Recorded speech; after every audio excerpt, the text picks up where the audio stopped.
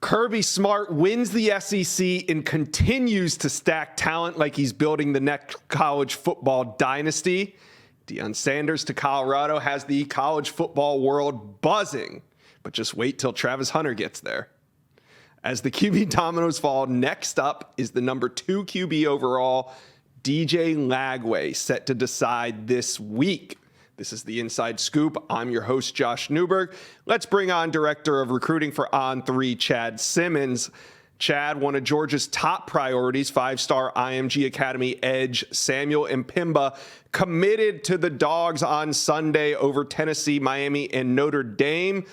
Georgia is heating up at the right time, lands their first 5-star in the 2023 cycle. Are they done?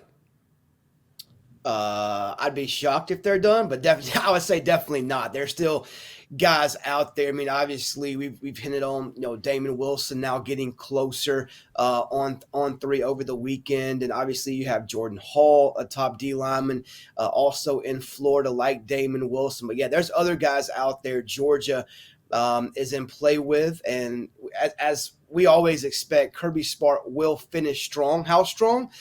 Stay tuned in the next couple of weeks for that, but Georgia's far from done in this class. Yeah, they're going to need a couple more 5-stars to unseat Alabama in the number 1 spot. And you just spoke to one. You wrote an article yesterday on 5-star edge Damon Wilson out of Venice, Florida. Chad, he told you that he knows where he's committing, just hasn't set a date yet. Who does it come down to, and what are your thoughts on Damon Wilson's recruitment? Yeah, Josh, I mean, this one's, I think, been for a couple of months now down to Georgia and Ohio State. Damon's never officially, at least publicly eliminated, Alabama or Miami, but he did tell me on Sunday that, look, it's pretty much down to Georgia and Ohio State, and it's been that way really probably since, early October. He took the official visit to Ohio State first in September. There was some buzz then that he could come back and commit to the Buckeyes. Georgia and other schools held that commitment off, got Damon on campus a couple of times since then. He then went back to Columbus for the Michigan game on Thanksgiving weekend. It's come down to a showdown that we'll see in the playoffs, Kirby Smart versus Ryan Day. I've been hinting, I think, for a couple of weeks. I liked where Georgia was at, even though the On3 recruiting prediction machine was still trending towards the Buckeyes, and I still feel confident that Georgia's probably the team to beat. Again, Damon says he knows where he's going. There'll be a couple of likely in-home visits with Ohio State and Georgia before he announces that decision, but right now I'm leaning towards Georgia with Damon Wilson. Georgia picks up Damon Wilson. It could sway the balance of power at the top of the recruiting rankings. So let's hit on a few of Alabama's current commitments. This weekend in Tuscaloosa, it was a little quiet, Chad. Alabama's gearing up for a big final official visit weekend. But there's a couple 5-stars that you've been in touch with, and I want to get your opinion on them. 5-star running back Justice Haynes, 5-star safety Caleb Downs, and 4-star DB Tony Mitchell. All of them are committed to Alabama, but I wouldn't say they're open, but they are listening to other programs. What's the latest on these 3? Yeah, Josh, it may not be so much about who Bama closes with to keep that spot, but maybe who Bama hangs on to keep that number 1 spot in the end. But all 3 of those guys you just mentioned are definitely not closing that door completely just yet. Starting with Tony Mitchell, an in-state kid that committed to Bama back in June. He's a guy that had a visit to Texas A&M the weekend before the early signing period. He was, took his OB to Alabama over Thanksgiving weekend. But I think the school to watch there is Auburn. I think, obviously them holding on to Zach Etheridge. That's his guy. He's talked about his connection with Etheridge for months now. And I think Mitchell will get back to Auburn at some point between now and the time he signs. They're a school to watch. With Caleb Downs, I think Ohio State is that team to watch. He was there for the Michigan game. He was not at the Iron Bowl. And I think that speaks volumes. To what extent is his interest to or with Ohio State? That's kind of, being kept pretty quiet right now. But I think Ohio State and Alabama will both be in his home both this week and next week leading up to signing day. And then with Justice Haynes, I think Georgia's the team to watch. Georgia's never going to go away. He's a legacy kid. He spent time with both Georgia and Alabama while watching his good friend Caleb Downs play Friday night in the playoffs. And both Bama and Georgia will be in this week. Ohio State spent time with Haynes over the weekend as well. They'll be back in later this week also. But I think Alabama's biggest threat there for Haynes is University of Georgia. Out of those three, which is the most flippable prospect?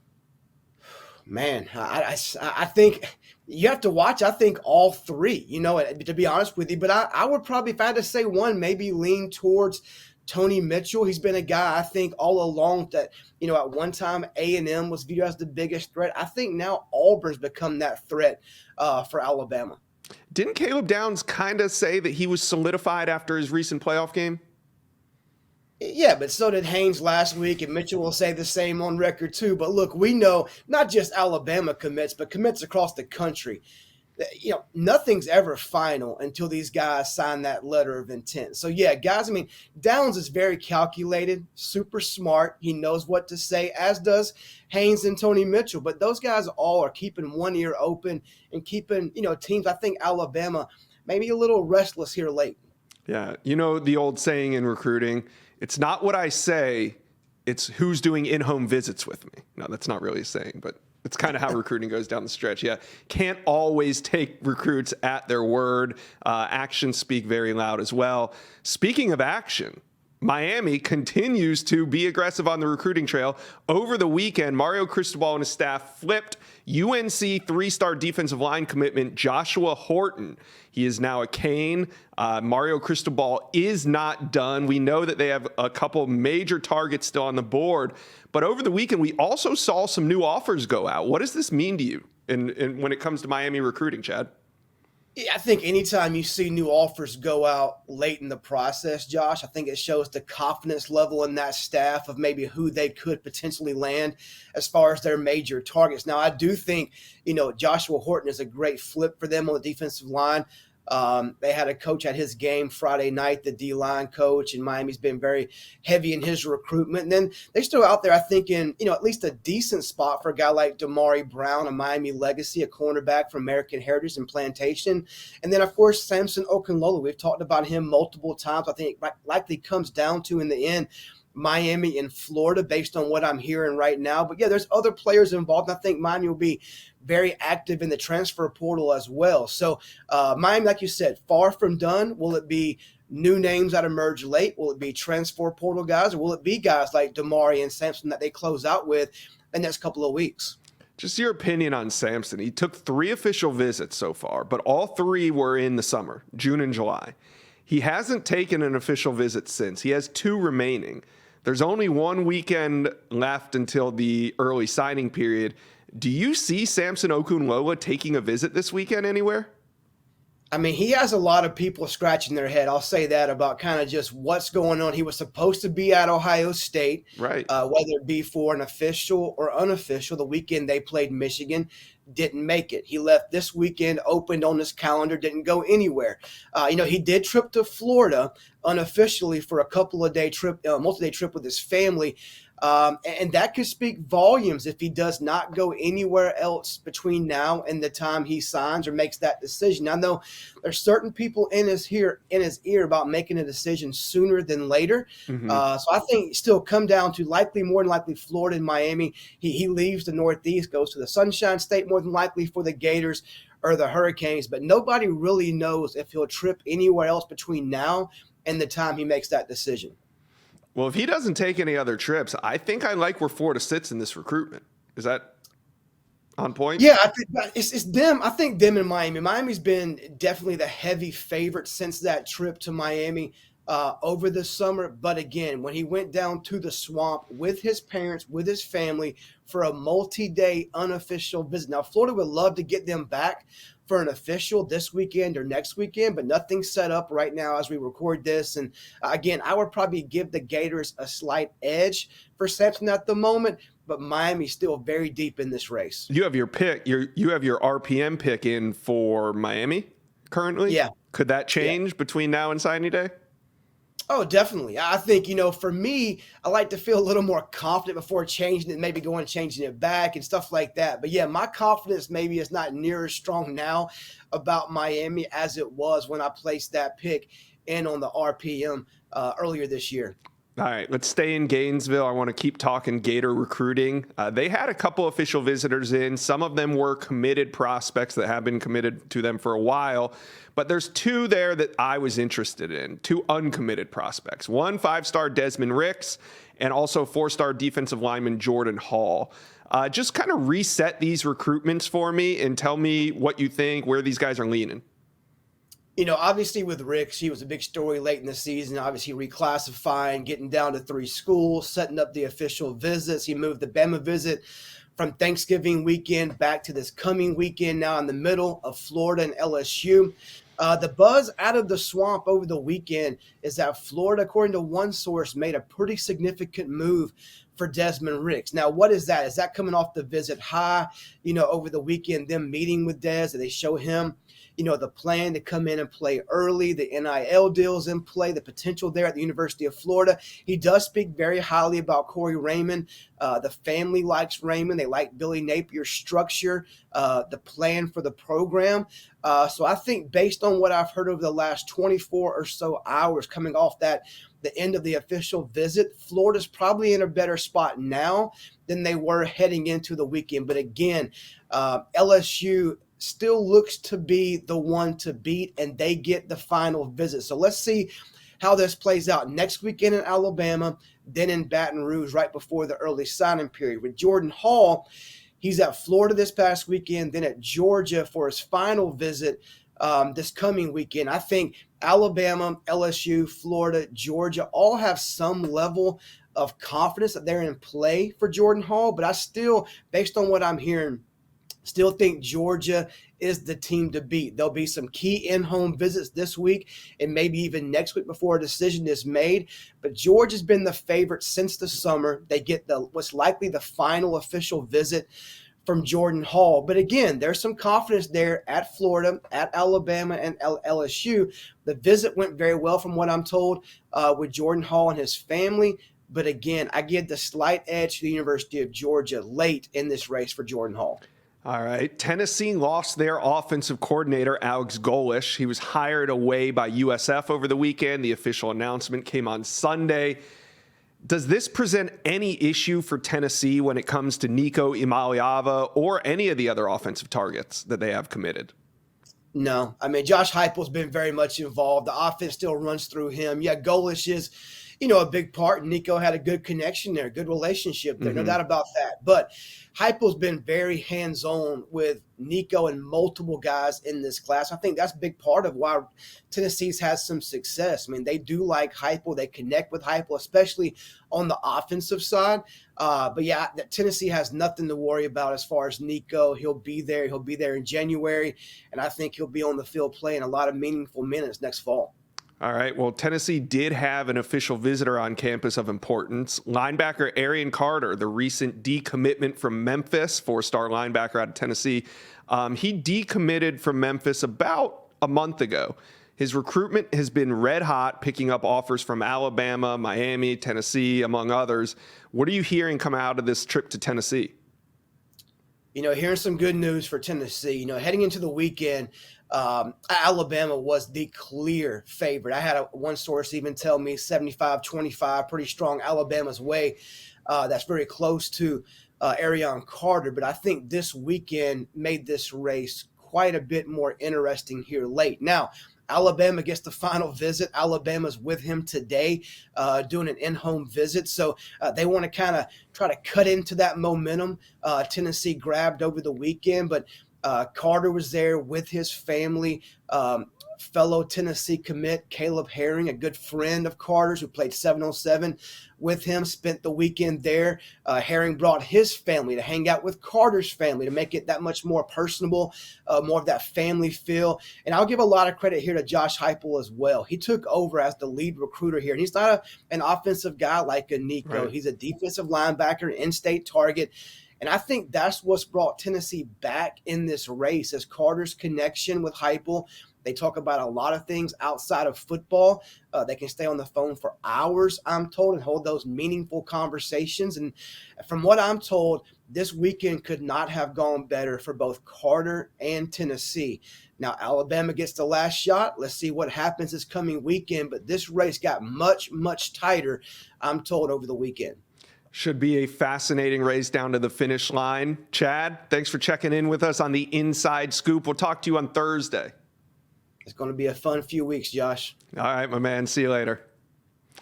All right. We are going to try something new here on the Inside Scoop. I don't know if this is good, but I've opened up the Inside Scoop to the people. You can submit me questions on Twitter, and I will answer them here on the show. My producer, Sumner Darlington, should have it queued up right now. Sumner? What's going on, Josh? What's up? What do we have today? All right, we've got a question from Gucci7383. He wants to know which highly ranked player is most likely to flip schools before National Signing Day. Ooh. Which highly ranked player? All right. Let me start at the top. I'll give you like 3 or 4 names that I have on my personal flip watch between now and signing day. First, I'd go with 5-star defensive lineman David Hicks.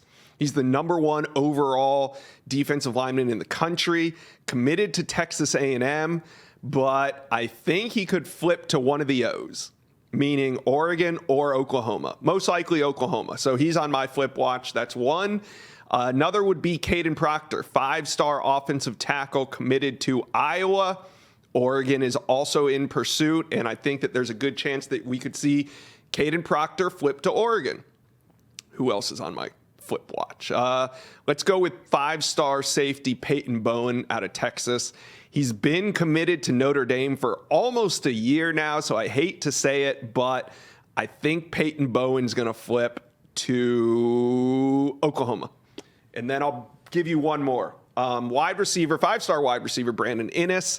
He is committed to Ohio State. I have him on general flip watch right now.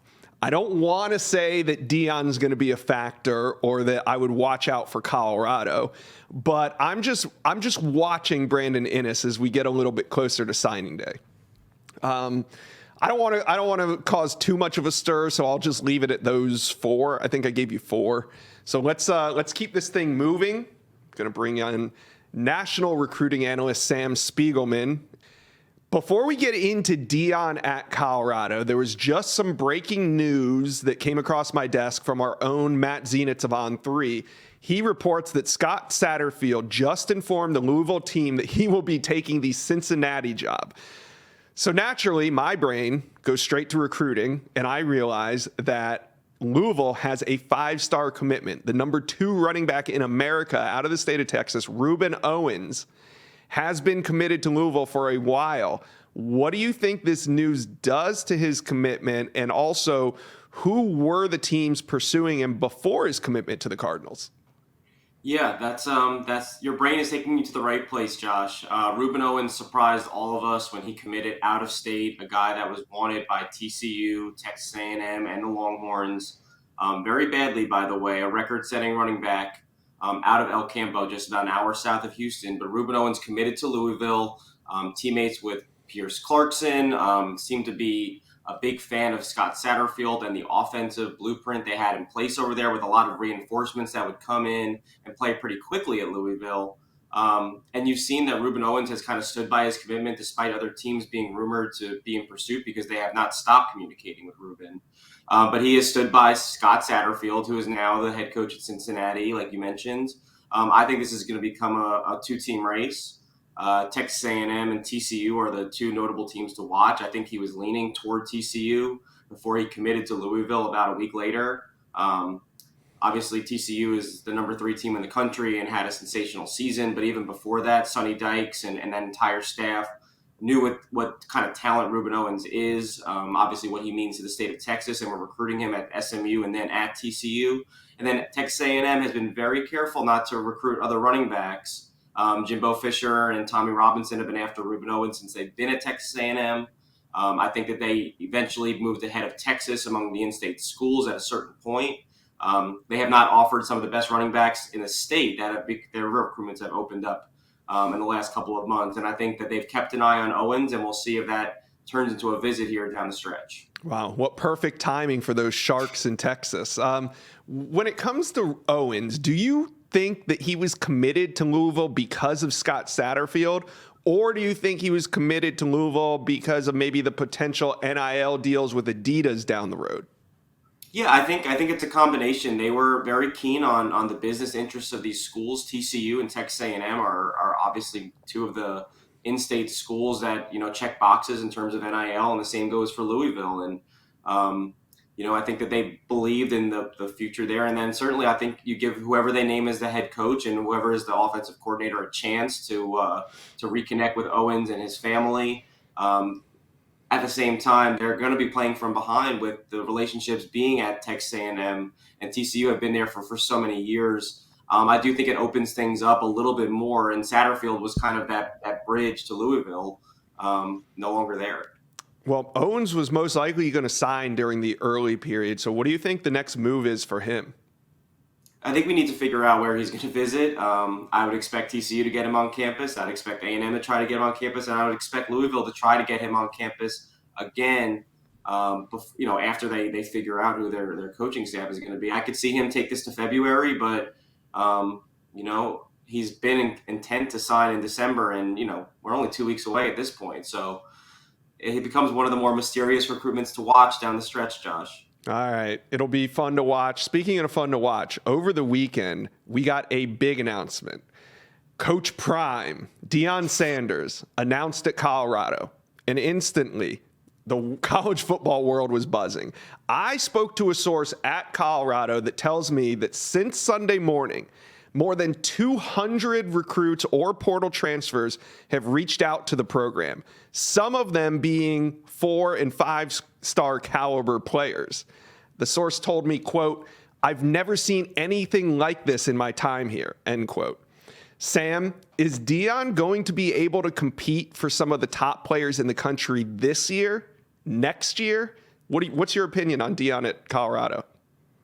Yes, and yes, and yes. I think first he's going to make an instant impact in the transfer portal.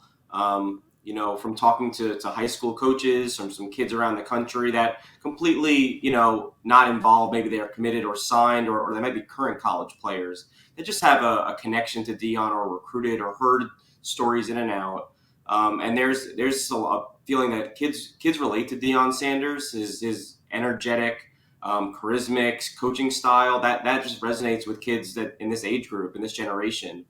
And sure, Colorado isn't the Alabama or Ohio State or Georgia of the world where, sometimes the program sells itself. But if you have the opportunity to play for Deion Sanders, who not only brings that charisma that I just spoke about, but, I think he brings a lot of NIL potential because he's featured on NFL Network and he's an endorser for several big-time brands around the country. That's what kind of got the hype around Jackson State to be a thought to a reality. And I think he's going to do the same at Colorado. I don't think it'll be instant, but I think transfer portal, like you mentioned, is already going to become a hot destination. Monday is the first day that they can start getting offers, and I'd expect that to happen pretty quickly because Deion has, I think, been putting together the staff for a couple of days already before he even took the job. So he's ready to hit the ground running like he did at Jackson State when he flipped Travis Hunter, as you know. And at this point, I do think he'll be recruiting at a higher level. Maybe at this time next year on this show, we'll be talking about them in contention for 4 and 5 stars, some of the best uncommitted and committed guys in the country. Yeah, Deion brings it all. He's a very unique hire because you don't see a lot of these guys come with everything that Deion comes with. He comes with the hype. He comes with the culture. He comes with the players. He comes with the coaching staff. Speaking of players, I mean, at Deion's press conference, he introduced Colorado to their next starting quarterback. So that kind of brings us to the transfer portal. Shedeur Sanders, the quarterback at Jackson State and Deion's son, was literally introduced at the press conference. So like you said, I think the staff has been being worked on behind the scenes for the last couple of days. I think some of these transfers that are going to come with them have been being worked on for the last couple of days. I'm hearing that there could be up to 10 players that come with Deion from Jackson State. Obviously, Shedeur Sanders is one. Now, this isn't necessarily inside intel from Travis Hunter's camp, but just talking to several college coaches from around the country, I fully expect Travis Hunter to be at Colorado. It's not really a question of if, in my mind. It's more of a question of when. And if you think that the hype is at a peak right now, just wait till Travis Hunter's in Boulder, Colorado. It's going to be fun.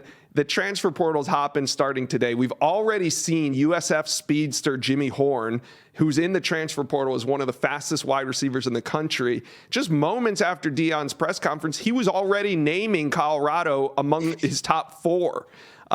Are there any other names, Sam, that you've seen out there that, hey, you think might have a connection or just be a good fit at Colorado? Yeah, well, one name that just caught my mind, given that Deion was also a high school coach in DFW for some time, I think that he has those long-standing connections. And Shadur, for that matter, a quarterback who was, won a state championship at the TAPS level in DFW. Terrell Tillman is from Mansfield. He's from Oregon. He put his name in the transfer portal last night. That's definitely a regional connection to keep an eye on, because I think Deion's going to sell these guys on playing early, like you mentioned. He wants to restock the roster with ready-to-play now players. But thinking about it, being at Jackson State, he's recruited at a national level this past year, and I think, you're going to see names from Atlanta, you're going to see names in Florida, you're going to see names in Texas, and you're going to see some of these 4- and 5-star guys like Winston Watkins at IMG Academy committing to play for Deion and hitting in the transfer portal. I think we're just starting to see the name. That's still early on Monday. We've already seen a ton over the weekend. Trying to keep track is insane. And I think today the floodgates are about to open. Yeah, how about that? Winston Watkins goes down as Deion Sanders' first commitment. Now, he's a 2025 prospect. An elite prospect, doesn't have a ranking yet, but will be most likely in that 4-star, high 4-star range when it starts the 2025 rankings. You mentioned Texas, California. Do you think that Deion's going to really be able to get in there right away and compete against Texas, compete against A&M, compete against TCU for some of these top prospects? I think it'll take a little bit of time at the high school level. Because he's in Colorado, I am most curious to see how he goes out and recruits in the West Coast. The Pac-12 is at a really high point right now, with obviously USC and Utah just played in the Pac-12 championship, and Oregon is a contender under Dan Lanning, and Washington seems to be on the up and up. So I'm curious to see how Deion fares out west, but I do think obviously he has a lot of ties in the South, in the state of Texas. I think like you mentioned, some kids are putting Colorado in their top 4 or 5, and that's usually how it starts. It takes a couple of dominoes to fall, and if Travis Hunter makes that decision, if Winston Watkins holds his commitment, and a few pieces along the way, momentum quickly catches. It's very infectious in recruiting. And I think players are going to want to play for Deion. They're going to want to play for a coach that's like that. We are in a different era, so it'll be curious to see how Colorado gets their NIL secured to compete with the big guns around the country.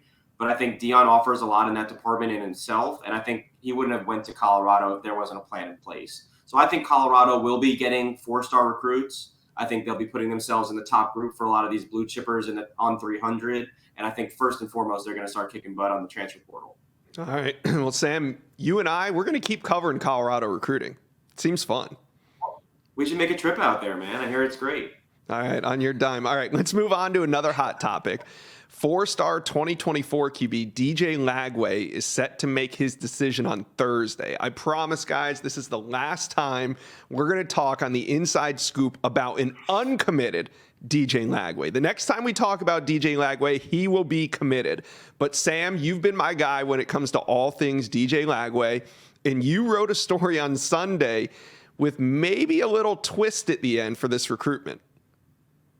Yeah.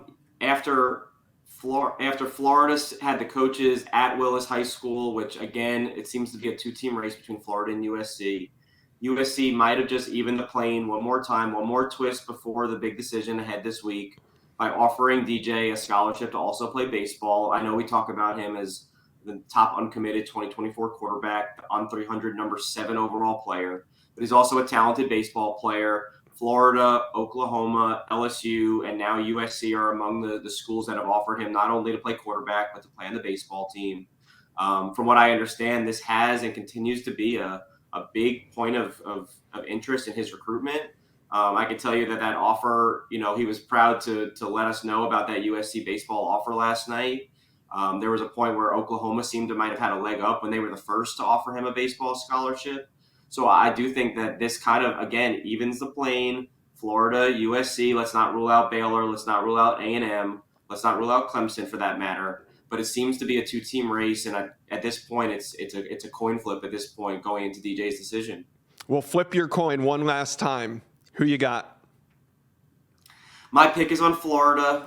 Last week, I did move the confidence level to represent a coin flip at 50%.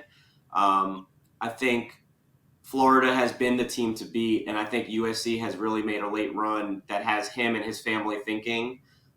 So it's a classic, dilemma whether he's going to go with what he thinks he knows or what's kind of trending at the moment. Either way, I could make a case for either one. Right now, I'm thinking Florida, but I would not be the least bit surprised to see him commit to Lincoln Riley and the Trojans this week. All right. Well, only a few more days, and then we'll find out. Before I let you go, I want to check in on a couple more 5-stars in the state of Texas. Let's go back to the 2023 class. I noticed that 5-star linebacker, the number 1 ranked linebacker in America, Anthony Hill, and 5-star defensive lineman David Hicks, the number 1 ranked defensive lineman in America, they didn't go anywhere this weekend. We've been talking about putting them on, David Hicks on flip watch. Anthony Hill recently decommitted from Texas A&M, but we're getting down to it. What does the fact that neither of these guys took a visit this weekend tell you about their recruitments? Yeah, I think starting with David Hicks, he's been to Oregon, he's been to Oklahoma on an official visit, and then he went back to Texas A&M. Saw A&M's biggest win of the season against LSU Thanksgiving weekend. We've talked about on the show, he had his entire family in attendance at Kyle Field, and I think that there's a level of confidence. I'm not, I've reached out to camp. There's been no sign that they have visits scheduled for this month. They might still be thinking about that, but I like where A&M sits with Hicks. I think that Oregon and Oklahoma haven't gone anywhere, but I don't think that he's going to get back to campus. So if he's going to make a decision, he's going to be doing it at home from Katy. And right now, I like where A&M stands. His dad recently became the head coach at Katy Paytow in the Houston area. I think that only digs in a little bit deeper for Texas A&M because dad is staying close to home. So I think David, who's a family kind of kid, is going to want to be close to his dad and his mom. So I think Texas A&M gives that unique advantage. And then for Anthony Hill, he's talked about visiting Ohio State. He's talked about visiting Alabama, but that's a theme from his recruitment. He's talked about seeing a lot of schools, but ultimately he's shown up mostly at Texas A&M and Texas. I wouldn't be surprised if he's back at Texas at some point in December. I think Texas is in the driver's seat, just waiting to close with Hill, which would be just another, huge domino that at one point was committed elsewhere. Now in Texas class with John Daycook, with Colton Vasek, with, of course, Arch Manning. It's a really good haul for Steve Sarkisian this year. Potentially. All right. So much stuff to keep an eye on. We'll be back on Thursday. Thank you, Sam. Thank you, Josh. See ya. Thank you for watching. Make sure you smash that subscribe button for me. And remember to check out all the videos on the On3 YouTube page.